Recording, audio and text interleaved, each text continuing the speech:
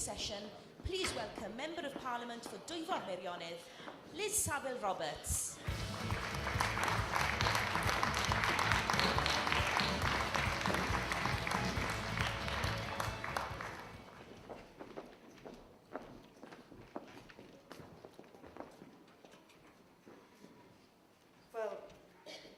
Bore da gynhadledd. Mae'n jyst i deg i gychwyn i ffwrdd i ddeud byddwn ni'n cynnal y sesiwn hon yn Gymraeg. Felly, i'r rai ohonych chi sydd angen offer cyfieithu, mi fyddwn ni'n eich cynghori chi i nôl hynny, i drefnu hynna wan. Felly, yr hyn sydd gennym ni chi ger eich bron chi bore yma ydy trafod dyfodol y gorllewin a'r strwythura a'r uchelgais blaengyreddau posib i wneud efo hynny. Nawr, jyst hefyd i gyfeirio ato mae'r rhain, mi roddwyd o'n yn llaw i rhyw 10 munud cyn gyrraedd y llwyfan, ond mae'r rhain yma ac yn rhan bwysig, dwi'n meddwl, o'r testyn trafod. A pwrpas y sesiwn yma, wrth gwrs, yn rhan o draddodiad clodwiw Plaid Cymru o fod yn sbarduno syniadau cychwynnol, rhoi cnawdd ar y syniadau hynny, ac wedyn yn bwysicach beth i gwireddu nhw. A dwi'n falch i gyrraedd ac eisiau cael ychydig o drefn yn gyd cyflwyni'r fan hyn ar y llwyfan bore yma. Wedyn bod nhw wedi rhoi cyfraniad, sôn am eu syniadau, sôn am eu ymateb nhw i'r rhain i'r syniadau yma, mi fyddwn ni wedyn yn troi atoch chi gynulleidfa i gofyn y cwestiynau cynnig eich barn chi chitha, a bwriad fel o'n i'n dweud i gychwyn y sgwrs i adeiladu ar hwn. Na, wrth gwrs, dwi'n ffyddiog bydd yn cyd-cyflwyno fan hyn yn gyfarwydd i chi, ond mi wna i cyflwyno nhw beth bynnag. Pan oeddwn ni'n trafod hyn, oedd Adam Price yn mynd i fod ar y chwyth bella i fi, a mae rhywbeth mawr wedi mynd o'i le, mae Adam Price bellach ar y dde bella i ffwrdd ohona i fan hyn. Adam a Sian, wrth gwrs, yn awduron y papur ydych chi'n gweld ger eich bron fan hyn. Wedyn Simon Brooks, hefyd bydd yn ymateb. Sian Gwenllian, hefyd yn gyd-awdud gydag Adam Price, illdau yn aelodau cynulliad. Ac ben draw Kevin Campbell hefyd bydd yn ymateb i hyn. Felly dwi'n falch iawn ac hoffwn rhoi croeso iddyn nhw. Rwch chi croeso iddyn nhw. Iawn, yn gyntaf, Sian, sa'ch chi'n rhoi blas yn ni gychwynnol o beth yw'ch cysyniadau fan hyn? Wel, cyn wneud hynny, Liz, dwi jyst eisiau rhoi chydig o'r cefndir mewn ffordd cyn i ni fynd i'r cysyniad ei hun.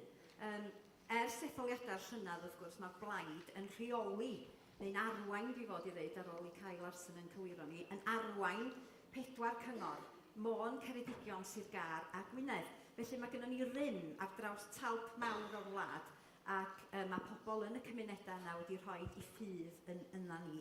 A meddyliwch am y map o Gymru, welwch chi fel, yna talp mawr o Gymru rwan, lle mae Plaid Cymru yn llywodraethu, sydd yn wych o beth.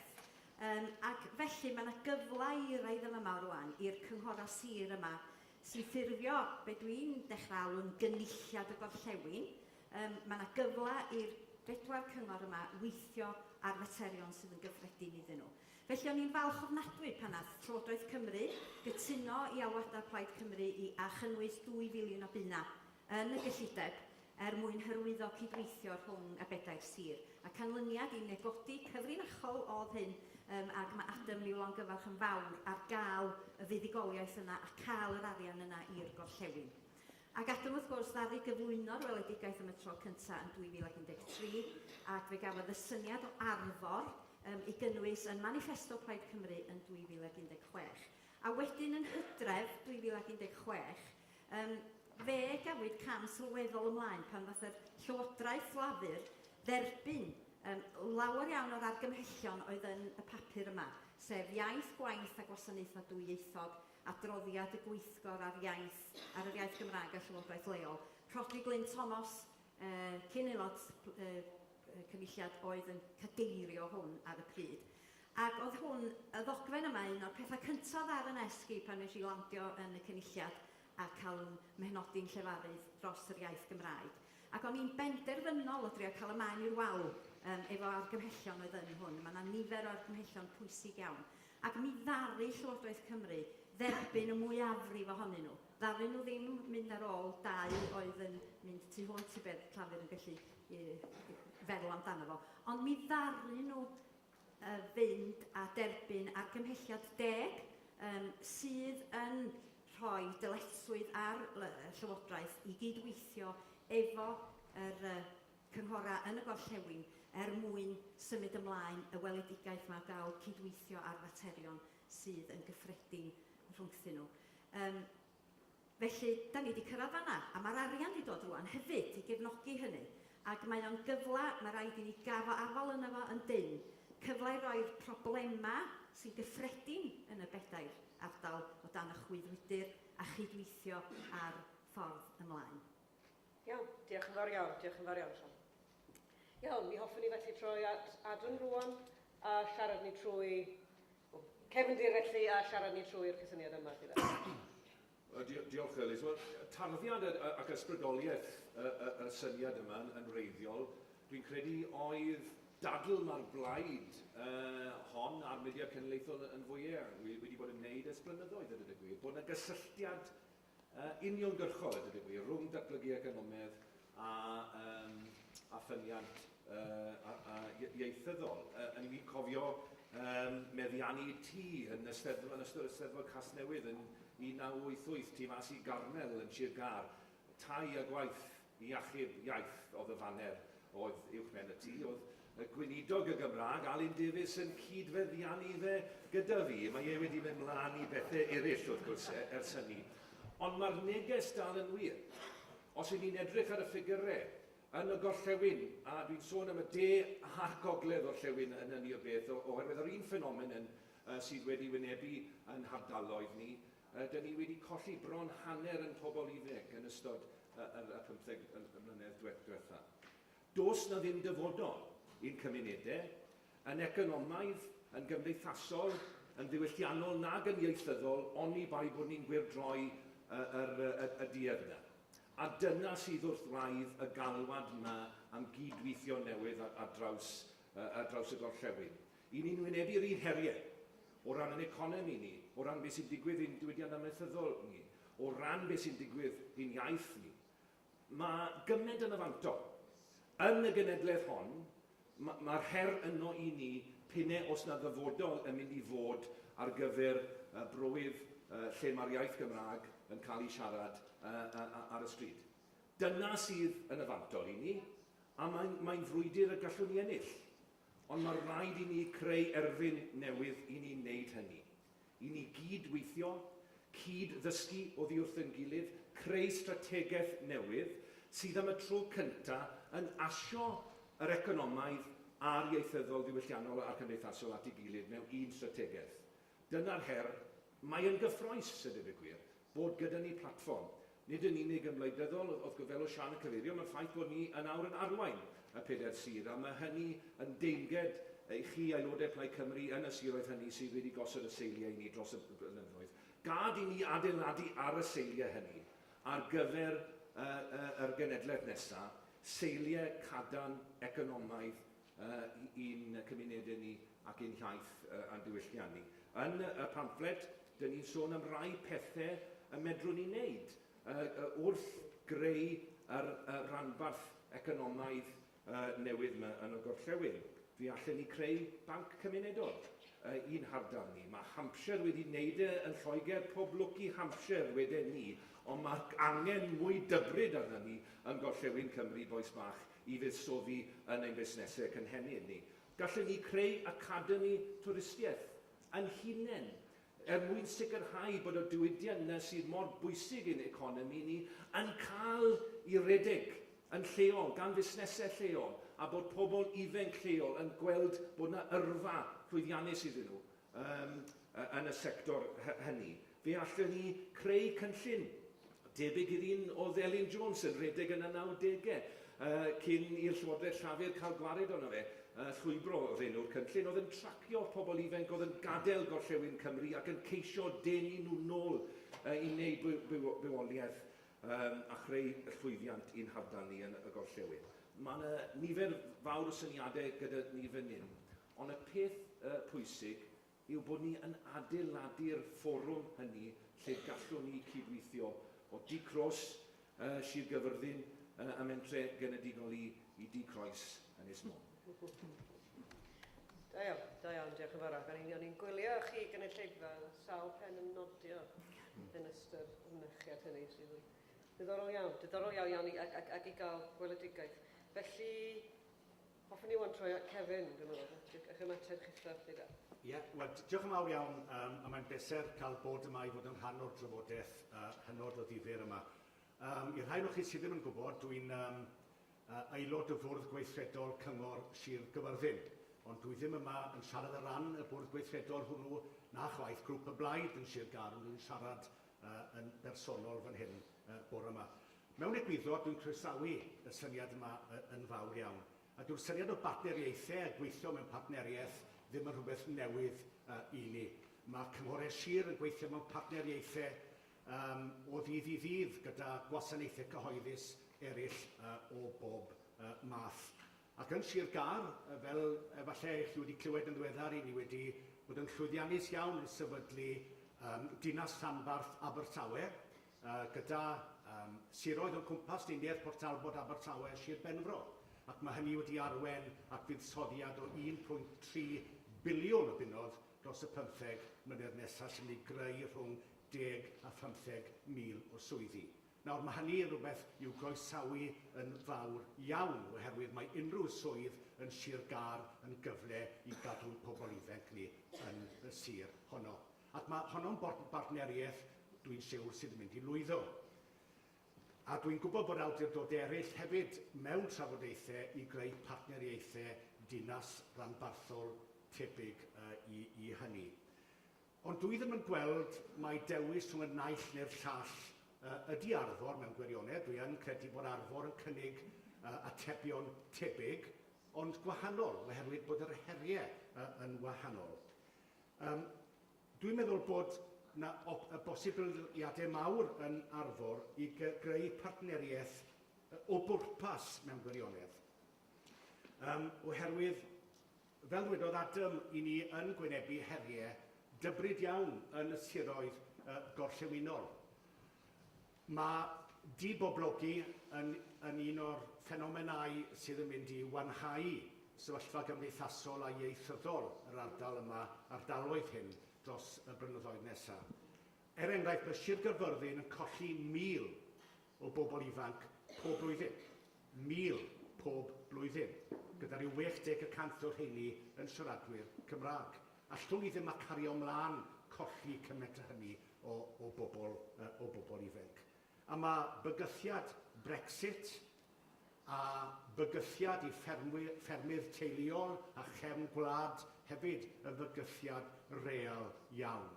Nawr, dwi yn teimlo bod yna lawer iawn o bethau'n gyffredin rhwng y siroedd yma, a dwi'n credu bod angen i ni gynnal mwy o ddeialogau gyda'n gilydd, mwy o gydweithio gyda'n gilydd, adnabod yr anghenion gyda'n gilydd, creu cynlluniau gyda'n gilydd a datrysiadau i'r heriau yn y pen draw. Achos mwyn cadw pobl ifanc yn arbennig yn yn siroedd ni, mae rhaid cael swyddi, mae rhaid cael tai fforddiadwy, a mae rhaid i'r holl isadeiledd a'n strategaethau ni gael ei seilio ar y ffaith bod edafedd yr iaith Gymraeg yn rhedeg trwy'r cyfan. Dyna beth fydde yr sail i bob dim. A y pwynt ola cyn cloi, dwi wedi dod i mewn i wleidyddiaeth am nifer o wahanol resymau, cyfiawnder cymdeithasol, gwell addysg y sgiliau i'n plant ni, gwella gwasanaethau ac yn y blaen. Ond mi allwn ni fod yn gwneud hynny fel cynghorydd annibynnol neu hyd yn oed cynghorydd Plaid Lafur. Ond dwi wedi dewis bod yn gynghorydd Plaid Cymru am reswm. Oherwydd dwi am weld adeiladu cenedl. Dwi am weld ni creu Cymru sydd yn mynd i ateb gofynion y dyfodol. A dwi am weld hunanlywodraeth yn naturiol. Felly mae rhaid i ni greu seicoleg lle mae Cymru yn uno ei gilydd. Ac mae'n y berygl oherwydd traddodiadau'r hen ffordd o weithio bod ni yn mynd ar draws o'r gorllewin i'r dwyrain, sydd yn clymu ni'n fwy gyda Lloegr a Senedd Llundain. Felly mae rhaid i ni newid y seici yn gyfan gwbl, a dwi yn credu bod hwn yn rhoi cyfle i ni wneud hynny. Diolch yn fawr iawn.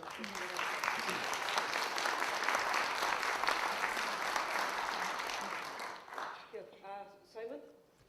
Wel, dwi'n cytuno efo popeth sydd wedi cael ei ddeud gyn bawb. Dwi'n meddwl bod hi'n ddogfen rhagorol. Dwi'n meddwl bod hi'n ddogfen hanesyddol o safbwynt hanes y blaid, a hefyd o safbwynt cenedlaethol, o fod yn onest. Dwi'n gallu deud hynny achos do'n i ddim yn un o bobl fawr i llunio ddogfen, a dwi'n meddwl bod hi'n ddogfen hynod bwysig. Mae profiad da ni'n wynebu yn y gogledd a'r gorllewin. Dwi'n byw mewn pentre yn Eifionydd o ran colli pobl ifanc yn broblem sydd hefo ni bob dydd. Dwi'n byw mewn pentre lle mae dros 100% o'r tai yn dau haf. Felly mae broblem yma o ddiffyg datblygu economaidd, diffyg cyflogaeth, a effeithiau cymdeithasol ac ieithyddol sy'n deithio o hynny yn byw hefo ni mewn lle fel Eifionydd bob dydd. Dwi'n cofio darllen gwaith y hanesydd Marcsaidd, Prydeinig iawn i agwedd, hanesydd gwych, ond gwrth gynulleidfa Folcar, dyn o'r enw Eric Hobsbawm, gyda gynno fo di-ha ei hun yn Rhoesor, yn Sir Eirionydd. A mi wedodd Eric Hobsbawm, nad ydw eisiau neb boeni am annibyniaeth Cymreig. Oherwydd ar ôl annibyniaeth Cymreig, mi fysa pob dim yr un peth. Fel dadl yn erbyn cenedlaetholdeb Cymreig. A'i gyhuddiad o felly yn erbyn y prosiect Cenedlaeth Folcar oedd y bydde strwythur y grym yn aros yr un peth ar ôl annibyniaeth ac y bysyn nhw cyn annibyniaeth. Y bydde gollrwm o fi mewn i gymdeithas yn aros yr un peth ar ôl annibyniaeth a chyn annibyniaeth. A dwi'n meddwl mae un o pethau dylsyn ni fod yn ei wneud fel mudiad cenedlaethol ydy profi fod pobl fel Eric Hobsbawm yn anghywir. Mi feder ymreolaeth, mi feder annibyniaeth wneud gwahaniaeth i ni fel genedl.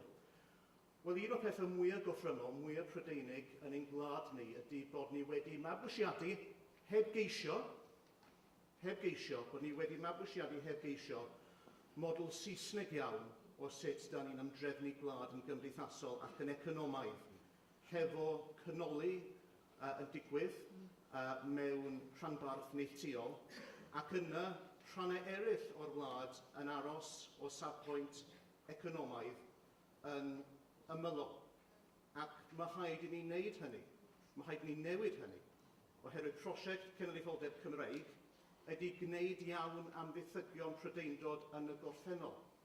Ac felly, os oedd ein roedd Cymraeg ni yn ymylol yn economaidd yn y gorffennol o dan Prydeindod, mae rhaid i ni sicrhau yn y Gymru newydd nad ydyn nhw ddim yn ymylol dim mwy, a bod nhw'n fywiog, a bod nhw'n llawn pobl ifanc, a bod nhw'n parhau rhywle lle mae Gymraeg yn medru goroesi fel iaith gymunedol am genedlaethau.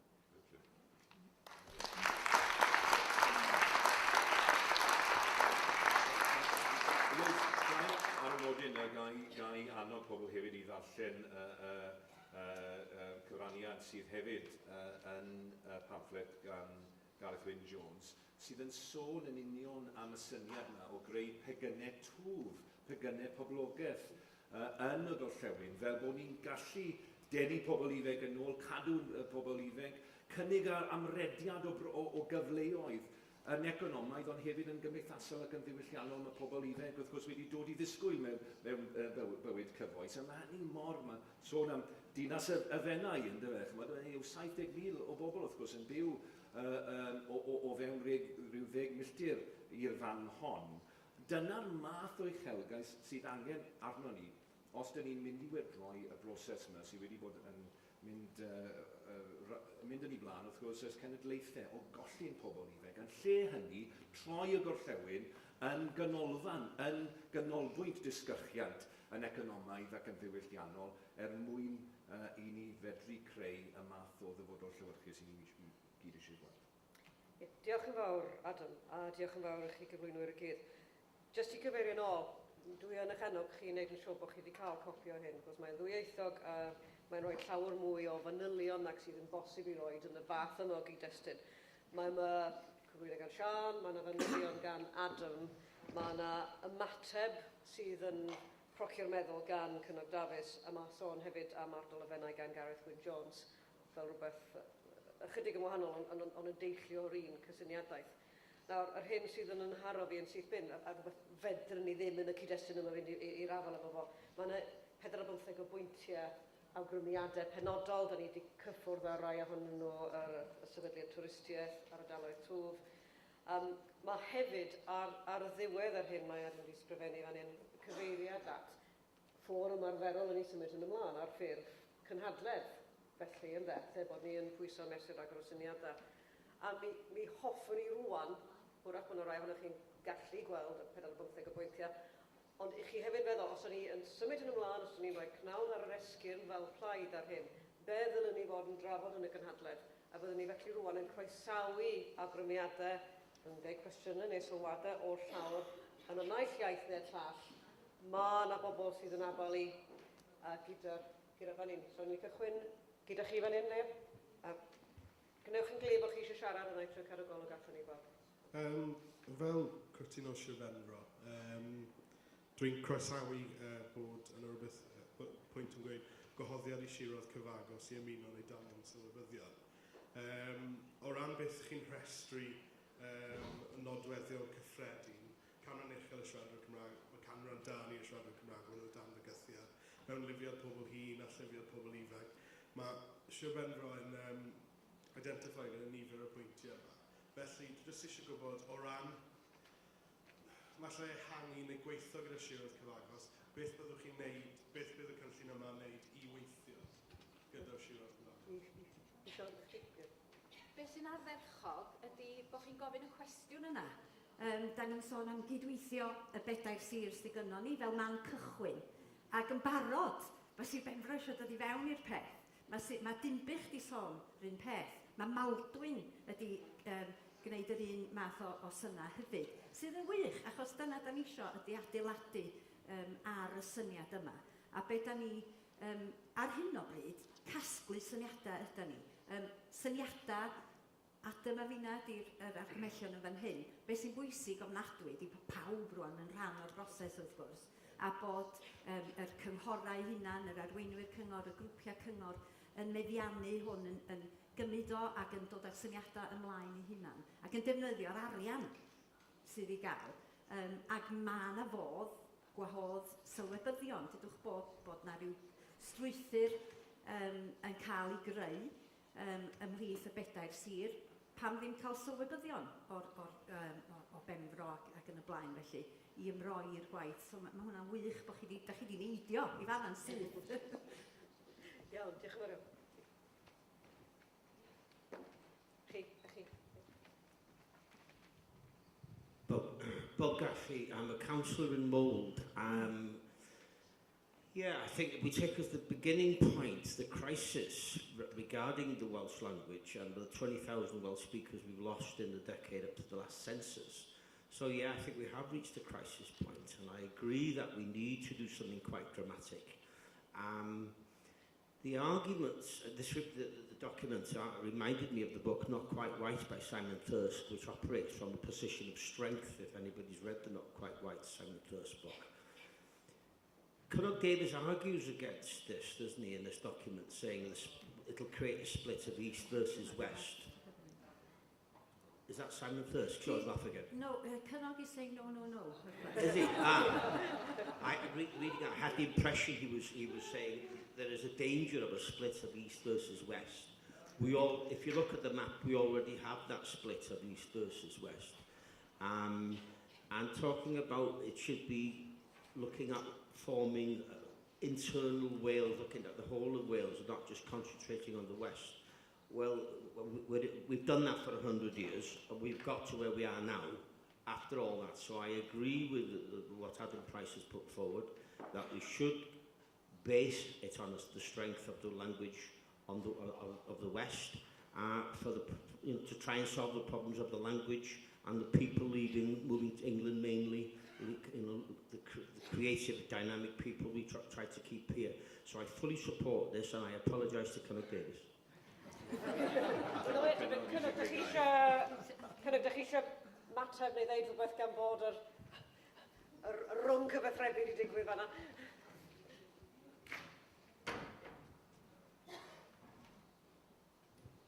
Mi oeddan ni wedi gwahodd cyngor i gyfarfod yn yr Eisteddfod Genedlaethol i drafod hwn, ac dwi'n siŵr falle wnewch chi atgyfnerthu hyn, mi o gynnwch chi pyn bach o amheuon i ddechrau?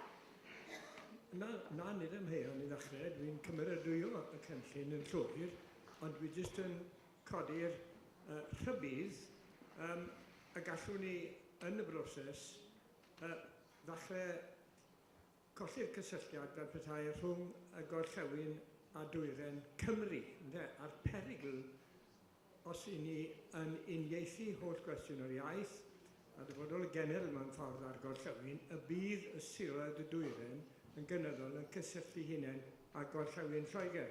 Hwna yw'r perygl dwi'n gweld, dwi'n credu bod hi'n berffaith bosib i ddelio gyda'r perygl yna, cyhyd y bod hi'n ymwybodol o hwnnw.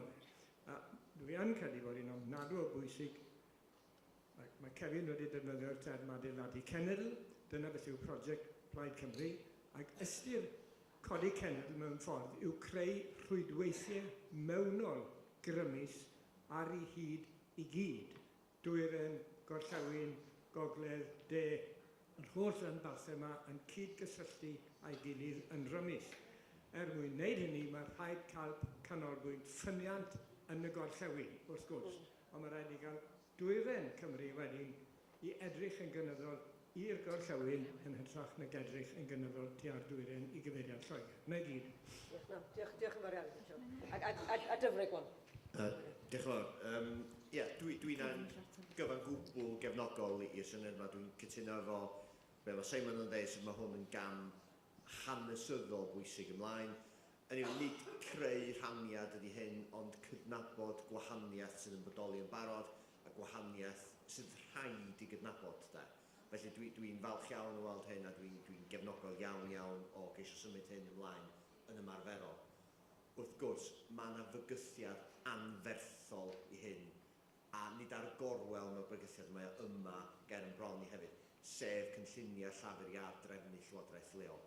Dwi'n meddwl yn y berig, gan bod y cynlluniau yma yn dechnegol ac yn fanwl ac yn ddiflas iawn i ni beidio bod yn ymwybodol o'r bygythiad anferthol sydd ger yn bron ni. Mae llafur yn dymuno, ar y bod llafur yn rhy llwfr i fyny bod na adrefnu ffurfiol ar yn cynghora ni. Does gennyn nhw ddim o'r capital gwleidyddol, does gennyn nhw ddim ers colli Leighton Andrews mo grym personoliaeth i adrefnu'n ffurfiol.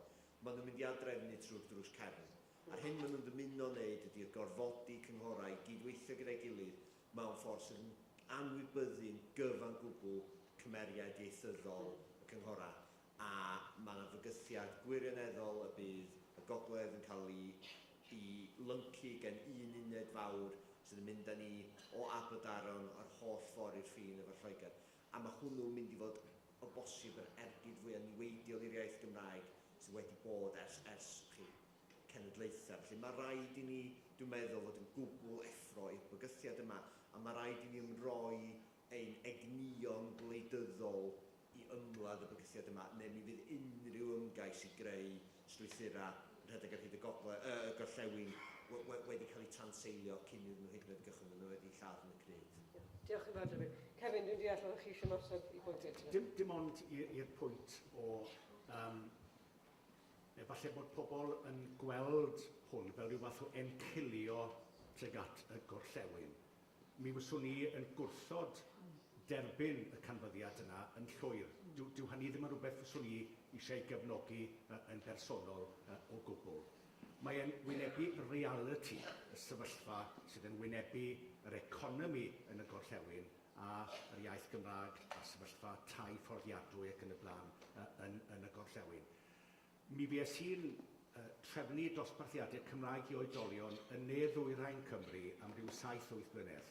A credwch chi fi, roedd y ffaith bod y Gymraeg yn bodoli fel iaith fyw gymunedol yn y gorllewin yn ysbrydoliaeth i'r bobl yna am ddysgu'r Gymraeg i hunain ac am anfon i plant i ysgolion Cymraeg hefyd. Felly mae cael y sylfaen gadarn yn y gorllewin a tyfu mas o hynna wedyn a draws Cymru gyfan yn rhywbeth dwi am weld yn digwydd o sefyllfa. Cytuno 100% gyda hynny, yn yw cenedlaetholwr ydw i, ydw y gwir, a dwi'n gweld y prosiect gwleidyddol yma yn y cyd-destun hynny, yn yw uno Cymru ydw y gwir i ni wneud, a cael gwared o'r nonsens yma, y de a'r gogledd North Wales, yn yw bod ni ddim yn perthyn i'n gilydd. Mae creu o leia i ddechrau, ydy fe un rhanbarth sydd yn uno'r de a'r gogledd yn chwalu'r myth trefedigaethol yna, unwaith ac am beth. Ac o ran adfywhau yn iaith ni, yn iaith genedlaethol i Gymru gyfan, wrth gwrs, cyfraniad mwyaf gallen ni wneud yn y gorllewin, fel oedd Kevin nawr yn sôn, ydy cadw'r adnodd hynod amddesiadwy sydd gyda ni ar gyfer ein cyd-Gymru yn y dwyren, bod yr iaith Gymraeg yn iaith beunyddiol yn ein cymunedau ni. Felly, mae'n rhan o un prosiect cenedlaethol. Mae yna un ni'n cenedl lle mae yna bob math o hunaniaethau. Dwi yn dod o'r cymoedd yn ogystal ac yn dod o'r gorllewin. Mae modd i ni cyfannu'r cymlethdodau hynny. Ond oes mae yna ogledd Cymru, mae yna de orllewin Cymru, ond hefyd mae yna rhywbeth sydd yn huno ni. Ac dyw hynny, mae'n reality yn hanesyddol, mae'n reality ieithyddol. Ond dyw e ddim yn reality, dyw Arfor ddim yn reality o'r antrefnidiaeth. Yn yw yr Odyssey, mae rai o'n chi sydd wedi teithio lan o Sir Gyrfyl wedi gorfod wynebu. Dyna'r gwir amdani, wrth gwrs, oherwydd trefedigaethedd a'r holl hewlydd a'r reilffyrdd, wrth gwrs, yn mynd o'r gorllewin i'r dwyren, achos o'n nhw'n nid ar gyfer ein pobol ni, ond ar gyfer clwydo yn nwyddau ni draw, yr ochr draw i'r ffin. Gad mae Arfor felly yn gysyniad, mae'n reality yn ieithyddol, ond mae'n gysyniad i ni greu y dyd y gwir. Mae'n brosiect i ni greu, ond fel darn tuag at greu y Gymru newydd dyn ni am weld hefyd.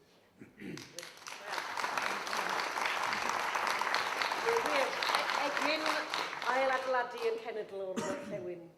Ata chi, ydych chi wedi bod yn mynd? Ar y cwestiwn yna o ehangu y tu hwnt i'r gorllewin, mae Gareth Wyn Jones wedi bod yn gweithio blynyddoedd fel y gwyddoch chi ar y syniad yma o gael canolfan dwf yn gwasanaethu ardalwedig. Ydy hwnna ddim yn gyfyngedig i'r gorllewin. Dwi'n credu bod hi'n bwysig yn bod ni'n ail-afel yn y syniad yna o gael canolfannau cyffroes a mae hynny yn gallu mynd â ni wedyn at y ffin drwy Sir Trefaldwyn a draws y gogledd. Yr ail beth o'n i eisiau dweud ydy mae rhaid i ni yn y blaid ganolbwyntio ar y rhesymau positif dros Arfor. Ond mae yna fris oherwydd mae yna fygythiadau. Mae yna reality arall. Mae Kevin wedi cyfeirio at rai ohonyn nhw, mae Dyfrig wedi cyfeirio at rai ohonyn nhw. Mae'r dinasoedd rhanbarth gogledd Lloegr, mae bobl fel Alun Keynes yn credu mai dyna yr ateb i ni, cysylltu gyda'r twf, a dyn ni'n cael yn llyncu mewn yn barod, mae Caerdydd yn cael ei llyncu mewn gyda Bristau, ac yna yr ail beth ydy, mae reality ydy bod Bwrdd Uchelgais Gogledd Cymru yn gweithio blynyddoedd. Gwneud rhai peth gwaith da gyda trydaneiddio Rheilffordd y Gogledd, ond mae reality cysylltu ar draws y Gogledd yn bod. Felly mae yna ddadl arall dros greu Arfor hefyd yna. Ie, gwyd. Da chi ddod mynydd gar iawn. Diolch yn fawr iawn. Mae ffantastig, mae'n rili gwyd i glywed hwn, a fi'n credu bydd hwn yn helpu Cymru. Ond beth fi'n credu sy'n bwysig hefyd yw, ni moyn creu cenedl, ond i creu cenedl, ni'n rhaid i dechrau o'r gwylod. A beth ni'n gallu gwneud fan hyn i creu cymuned nawr, yna beth eisiau ni, sy'n mor bwysig nawr, achos sy'n cymuned i gael fago. A wrth ni'n gallu creu cymuned, bydd hwnna lli regenerate o'r rural economy mewn i. A na beth USP Plaid Cymru, ni wastad wedi bod credu bod ni'n gryf yn y gymuned. Nawr, hwn yw chance nhw nawr i ail creu y gymuned. Achos mae lot o bethau'n dod gyda'i gilydd nawr. Mae'r halls yn mae'r neuad yn jyst o pob pentre dyn ni, ond mae'n gyd yn wag, sneb yn defnyddio nhw. Ond dylen ni nawr rhyw syniad fel community hubs nawr. A dod mewn a renewable energy, ni wedi clywed beth yw wellness. Wel, ci beth yw wellness yw activity, cadw pobl yn brysur, cadw pobl yn actif, nes maen nhw'n marw. Nawr, fe gyd o community hubs yn fod yn lle bod pobl yn dod yn neud zumbas, yogas, neu bethau i gyd. A pan maen nhw'n dechrau cwrdd y land ei gilydd, wel, byd nhw'n moyn coffi neu beth ni. Wel, bydd ni'n gallu dod â pop-up coffee shops mewn yw ni. A o'r diwedd, bydd pobl yn dechrau hala'r arian yn y gymuned mewn ni, lle hal arian ar Amazon neu beth arall. A bydd nhw'n cael y mas o'r tŷ. A na beth eisiau ni, cael pobl i siarad ei gilydd a fod yn teimlo'n gryf gyda'i gilydd, a wedyn bydd ni gyd llwyn mlaen gyda'i gilydd mewn ni. Wir, yr economi chylch wrth gwrs. Ac Elin yn ei gweld.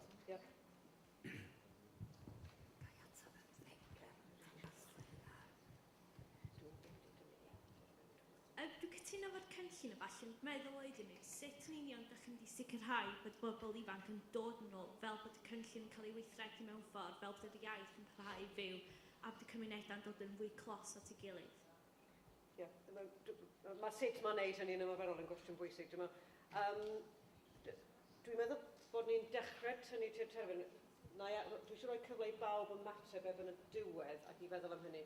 Os yng nhw'n sylwad arall neu cwestiwn arall gan nodi hynna, gennych chi fan un ar y blaen. Ond dwi'n cytuno, mae'r ymarferoldeb yn rhan o'r gobaith, wrth gwrs, ynddo.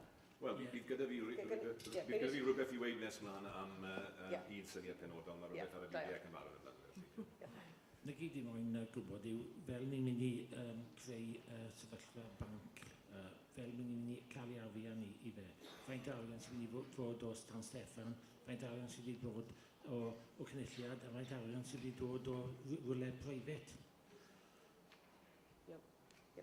Oce, dwi'n meddwl na i gychwyn gyda cwestiynau os o wared ni wedi clywed. Kevin, mi gychwyn efo chi? Yr hyn sy'ch chi'n licio cloi gyda fo fan? Iawn, yn syml dros ben, mae rhaid i ni greu yn yr arfor yma ac mewn manner eraill yng Nghymru sefyllfa lle mae'r Gymraeg yn cael ei normaleiddio fel iaith busnes, iaith gweinyddiaeth. Mae Gwynedd wedi dangos y ffordd bod hynny'n gwbl bosibl i wneud. Yn Sir Gar, o dan arweiniad Plaid Cymru, doedd e ddim hyd yn oed wedi cael ei freuddwydio amdano gan weinyddiaethau cyn hynny, i ni hefyd yn symud tuag at weinyddu yn benna trwy gyfrwng y Gymraeg fel egwyddor. A mae hynny ond yn gallu digwydd pan mae Plaid Cymru yn arwen y math yma gynghorau. Ac mae yna lawer iawn o arfer da i ni'n gallu dysgu wrth yn gilydd, a dwi'n gweld y model yma fel cyfle i rannu arferion da, yn ytrach na bod ni'n dyblygu syniadau ac adnoddau o bryd i'w gilydd. Y trefi twf yma, dwi yn credu bod hynny'n gwbl ganolog, a mi allai hynny ddigwydd nid yn unig o fewn Arfor, ond o fewn ardaloedd Gogledd Penfro, Maldwyn ac yn y blaen. Oherwydd yn y trefi twf yma, mi fydd bydden nhw'n gallu gweithredu fel rhyw fath o hybiau economaidd a chymunedol, a bod y grym yna, dynameg yna sydd yn dod o'r trefi twf yma yn gallu bwydo allan i'n cymunedau gwledig ni. Ac os dwi'n ofni'n fawr iawn bod yn cymunedau gwledig ni yn mynd i fod o dan fygythiad difrifol iawn dros y 10 mlynedd nesaf. Diolch yn fawr iawn, Kevin. Simon? Dwi eisiau dweud rhywbeth ynglyn â'r syniad o ranbartholi. Wy'n credu bod pob gwladwriaeth yn y byd, wrth gwrs, yn creu rhanbarthau. Y cwestiwn ydy lle maen nhw, sut maen nhw'n gweithredu ac hefo pwy maen nhw'n cysylltu. A sefyllfa sydd gyda ni ar hyn o bryd, wrth gwrs, ydy bod rhanbarthau dinesig wedi cael ei creu, canolfan y twf wedi cael ei creu mewn llefydd poblog iawn, a mi ydyn ni yn y gogledd a'r gorllewin wedi cael ei gadael ar y cyrion. A felly mi fydd y allfudiad o ran pobl ifanc da ni wedi gweld yn cyflymu. Ac mi fydd yn cyflymu oherwydd bod y canolfannau twf y tu allan i'r cymunedau yn y gogledd a'r gorllewin. Ac i fyna, dyna un o rhesymau darleuon pwysica dros Arfor. ydy bod ni'n creu model ar gyfer twf economaidd a chadw pobl ifanc ym mhob rhan o Gymru. Felly mae'n prosiect cenedlaethol. Mae'n sicrhau bod y cyfoeth yn ein gwlad ni yn cyrraedd pob rhan o Gymru. A dwi ddim yn gallu meddwl yn peth pwysicach i blaid genedlaethol i wneud na sicrhau bod cyfoeth yn mynd i bob rhan o'r wlad. Diolch yn fawr. Diolch yn fawr. Sian? Mae'r cwestiwn ynglyn â beth da ni'n neud i adfer y sefyllfa, i gynnal y sefyllfa yn y gorllewin, yn un ofnadwy o bwysig. Os am pwynt wneud strwythyr, a pawb yn eistedd rownd y bwrdd ac yn siarad nag oes. Mae rhaid, allan o'r cydweithio yna, mae rhaid i ni gael cynllun, mae rhaid i ni gael gobaith ar gyfer yn ardaloedd ni. Ond heb y cydweithio yna, da ni'n mynd i nunlla. Felly cam cyntaf na di'r cydweithio a symud ymlaen efo'n gilydd wedyn i ddatblygu y ffyrdd da ni angen i gael i symud ymlaen. O ran yr dinasoedd rhanbarthol a'r ffordd, y model economaidd mae'r toriaid wedi osod ar Gymru, dwi yn credu i fod yn hollol bragmataidd, mae rhaid i'r cynghorau ar hyn o bryd fod yn rhan o'r trafodaethau yna. Mae rhaid i wneud y gorau o'r cyfleon i gael arian i fewn i'w hardaloedd. Ac dwi'n gwybod bod arweinwyr y 4 cyngor wrthi yn ddyfal iawn yn gweithio o fewn yr rheola sydd wedi cael ei gosod, ond mae yna rhywfaint o gyfle yna a mae rhaid mynd am hwnnw. O ran pegynna twf, dwi'n meddwl bod hwn yn hanfodol o fewn y cysyniad.